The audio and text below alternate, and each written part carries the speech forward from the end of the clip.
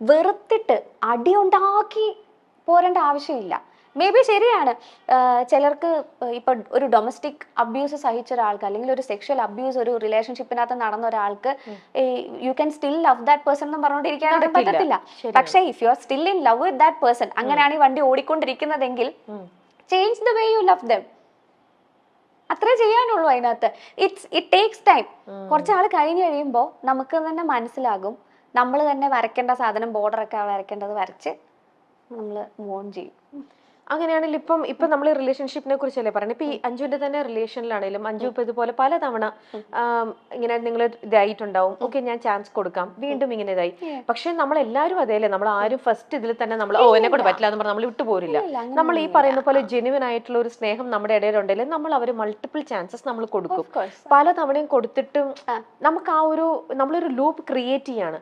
Again എനിക്കിത് workout ആവുന്നില്ല, okay ഈ ഒരു ഇതെനിക്ക് ശരിയാവണില്ല എന്ന് നമുക്കൊരു പോയിന്റിൽ നമുക്ക് ആർക്കും നമ്മുടെ മൈൻഡ് അങ്ങനെ തോന്നും അല്ലേ.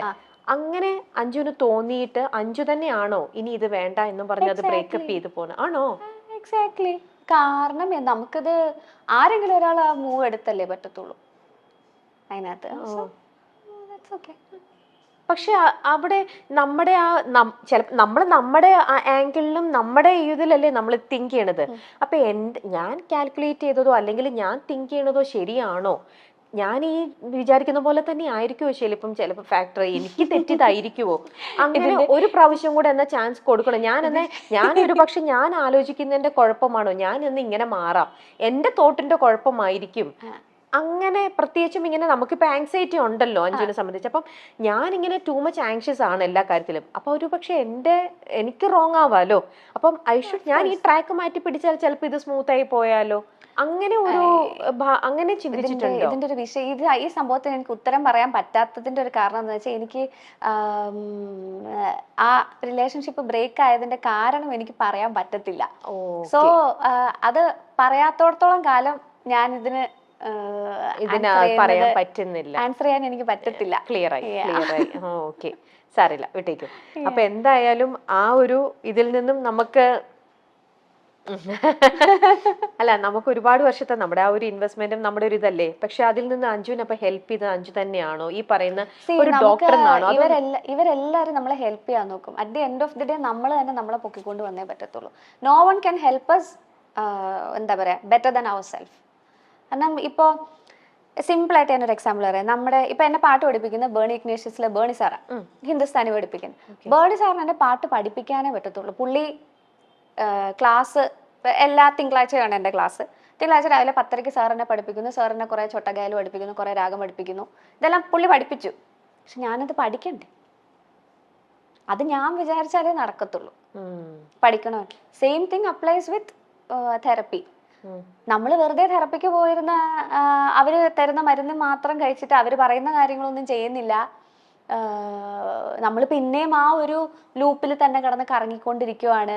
നമ്മൾ ബൗണ്ടറി വെക്കുന്നില്ല, അല്ലെങ്കിൽ നമ്മൾ ആ ഒരു ആ എൻവയോൺമെന്റിൽ തന്നെ നമ്മൾ ഇപ്പോഴും നിൽക്കുവാണെങ്കിൽ ഹൗ കം ഒരു വ്യത്യാസം ഉണ്ടാകും? സോ അത് നമ്മളും കൂടെ വർക്ക് ചെയ്താൽ മാത്രമേ ഉള്ളൂ. ഇപ്പോൾ എല്ലാവരും അതിനുള്ളൊരു പ്രിവിലേജ്ഡ് സിറ്റുവേഷനിലാണോ എന്ന് ചോദിച്ചാൽ അല്ലാത്ത ഇഷ്ടം പോലെ ആൾക്കാരുണ്ട്. ഇപ്പോൾ ഒരു ടോക്സിക് ആയിട്ടുള്ള സിറ്റുവേഷനിൽ നിന്നിട്ട് അതിൽ ഒബ്സസ്ഡ് ആയിട്ട് നിൽക്കുന്ന ആൾക്കാരും ഉണ്ട്. അല്ലേ?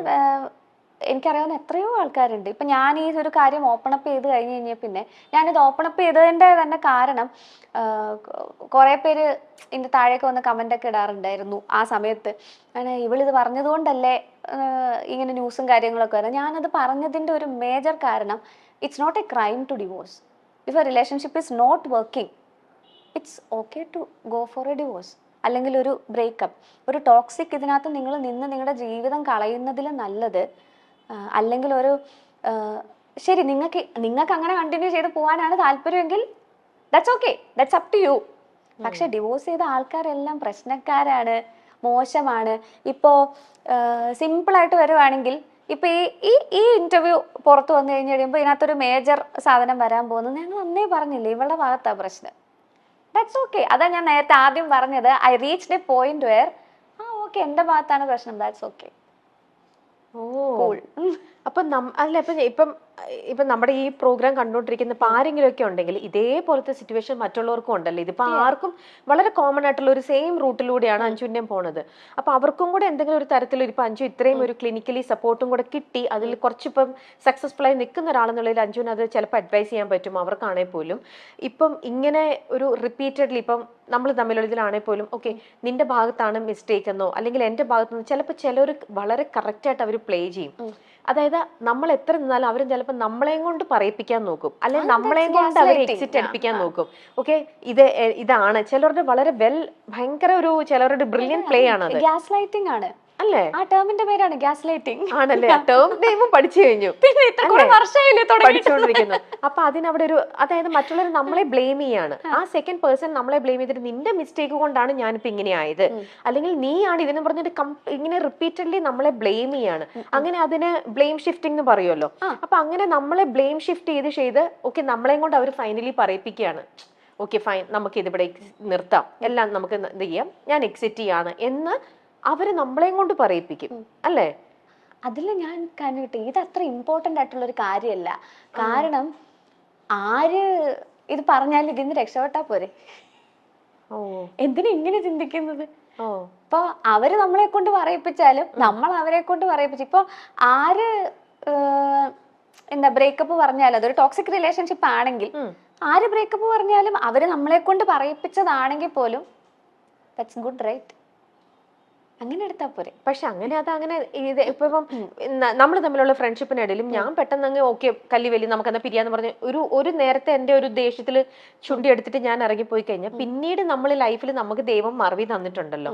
അപ്പൊ നമ്മൾ അതിൽ പിന്നീട് അയ്യോ ഞാൻ അവിടെ ഇങ്ങനെ ചെയ്തിരുന്നെങ്കിൽ എനിക്ക് അവരുമായിട്ടുള്ള റിലേഷൻ കണ്ടിന്യൂ ചെയ്യാമായിരുന്നു, ഞാൻ അവിടെ ഒന്നും റിഗ്രറ്റ് ചെയ്ത്, അങ്ങനെ നമുക്ക് ചിലപ്പോൾ ഒരു റിഗ്രറ്റ് തോന്നാം ലൈഫിൽ അല്ലേ?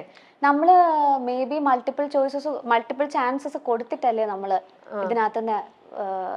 എന്നെയൊക്കെ സംബന്ധിച്ച് ഞാനൊക്കെ ഇപ്പോൾ ഒരു ഫ്രണ്ട്ഷിപ്പ് കട്ട് ഓഫ് ചെയ്യുന്നതാണെങ്കിലും അല്ലെങ്കിൽ ഒരു റിലേഷൻഷിപ്പ് കട്ട് ഓഫ് ചെയ്യുന്നതാണെങ്കിലും ഞാൻ ഇഷ്ടംപോലെ ചാൻസ് കൊടുക്കും ആൾക്കാർക്ക്, ഇഷ്ടംപോലെ ചാൻസ് കൊടുക്കും. ചാൻസ് കൊടുത്തിട്ട് പറ്റുന്നില്ല എന്ന് കണ്ടാൽ മാത്രമേ ഉള്ളൂ ഇത്. അതിനകത്തും I don't stop loving them or I don't stop caring about them. നാളെ അവർക്കൊരു ബുദ്ധിമുട്ടുണ്ടായാൽ ഞാൻ ചെല്ലത്തില്ല എന്നല്ല, ഞാൻ ചെല്ലും. പക്ഷെ എന്നെ ഹേർട്ട് ചെയ്യാനുള്ള സാധനം ഞാൻ സമ്മതിക്കത്തില്ല, അത് ഞാൻ വരയ്ക്കും. മേ ബി അതിനെ വേണമെങ്കിൽ സെൽഫിഷ്നെസ് എന്ന് വിളിക്കാം, ദാറ്റ്സ് ഓക്കെ.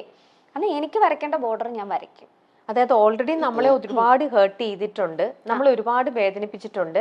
ഇനിയും അവർക്ക് എന്തെങ്കിലും ഒരു ആവശ്യം വന്നാലും നമുക്ക് അവരെ ഇഷ്ടമായതുകൊണ്ട് നമ്മൾ അവിടെ ചെയ്തു കൊടുക്കാം. ഇപ്പൊ അവർക്കൊരു സപ്പോസ് ഒരു ആക്സിഡന്റ് ഉണ്ടായി, അവരുടെ എമർജൻസി കോണ്ടാക്ട് ആണെന്നിരിക്കട്ടെ, മാറ്റിയിട്ടില്ല, കോള് വന്നു,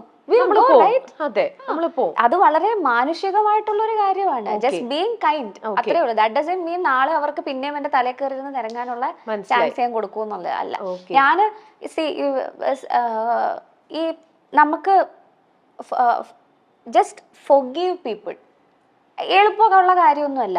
ക്ഷമിക്കാം, പക്ഷെ മറക്കേണ്ട ആവശ്യമില്ല. എന്താ അവര് ചെയ്തതെന്നുള്ളത് നമ്മൾ മറക്കേണ്ട ആവശ്യമില്ലല്ലോ. അതൊന്ന് ഓർത്തു വെച്ചാൽ മതി. അപ്പൊ ഒരു തയ്യകലത്തിൽ നിർത്തിയാൽ മതി. അത് എവിടെ നിർത്തണം, അവരെവിടെ നിൽക്കണം, നമ്മളെവിടെ നിൽക്കണം എന്നുള്ള ആ ബോർഡർ വരയ്ക്കുന്നത് നമ്മളായാൽ കാര്യങ്ങൾ കുറച്ചും കൂടെ എളുപ്പമായിരിക്കും. ഇതൊന്നും ചിലപ്പോ കേൾക്കുന്ന ആൾക്കാർക്കും മനസ്സിലാവുന്നുണ്ടാവത്തില്ല. എനിക്ക് കറക്റ്റ് ആയിട്ട് മനസ്സിലാവുന്നുണ്ട്, ആർക്കും മനസ്സിലാവുന്നുണ്ട് അഞ്ജു, വളരെ ക്ലിയർ ആയിട്ട് തന്നെ. കാരണം നമുക്ക് ആർക്കാണെങ്കിലും നമുക്കിത് റിലേറ്റ് ചെയ്യാൻ പറ്റുന്ന ഒരു കാര്യം തന്നെയാണ് അഞ്ജു പറയണത്. ഇറ്റ്സ് നത്തിങ് അങ്ങനെ ഒരു ഇതൊന്നും അല്ല. നമ്മുടെ സൊസൈറ്റിയിലും അല്ലെ നമ്മുടെ ഇടയിലും ഇത് ഒരിക്കലും ഒരു എളുപ്പമുള്ള പ്രോസസ്സാണെന്ന് ഞാൻ പറയത്തേ ഇല്ല. ഇത് വളരെ ബുദ്ധിമുട്ടുള്ള, ഒരുപാട് ശ്രമം കൊണ്ട് നമ്മള് പല തവണയും തോറ്റ് റോക്ക് ബോട്ടം, ഞാൻ എത്ര തവണ റോക്ക് ബോട്ടം ഹിറ്റ് ചെയ്തിട്ടുണ്ടെന്ന് എനിക്ക് തന്നെ അറിയത്തില്ല. റോക്ക് ബോട്ടം ഹിറ്റ് ചെയ്ത് കഴിഞ്ഞ് കഴിയുമ്പോൾ thankfully I have people around me who are really supportive എന്നല്ല ഞാൻ പറയേണ്ടത്, who understand what I am going through എന്നുള്ളത് മനസ്സിലാക്കാൻ കഴിവുള്ള കൂട്ടുകാരുണ്ട്. ഇപ്പൊ ഞാൻ ഇന്ന് ഇവിടെ വന്ന് ചിരിച്ചിരിക്കുവാണെങ്കിൽ മേ ബി ചിലപ്പം ചേച്ചിക്ക് മനസ്സിലാവുന്നുണ്ടാവില്ല, അല്ലെങ്കിൽ ഞാനൊരു സ്റ്റേജിൽ പെർഫോം ചെയ്യുമ്പോൾ ഒരു ഓഡിയൻസിന് മനസ്സിലാവുന്നുണ്ടാവില്ല I was going through a depression phase എന്നുള്ളത് മനസ്സിലാവുന്നുണ്ടാവത്തില്ല. പക്ഷെ ക്ലിയർലി നമ്മൾ ചിരിച്ച മുഖം കൊണ്ട് നിന്നാലും മനസ്സിലാക്കുന്ന കൂട്ടുകാരുണ്ട്. തീർച്ചയായിട്ടും.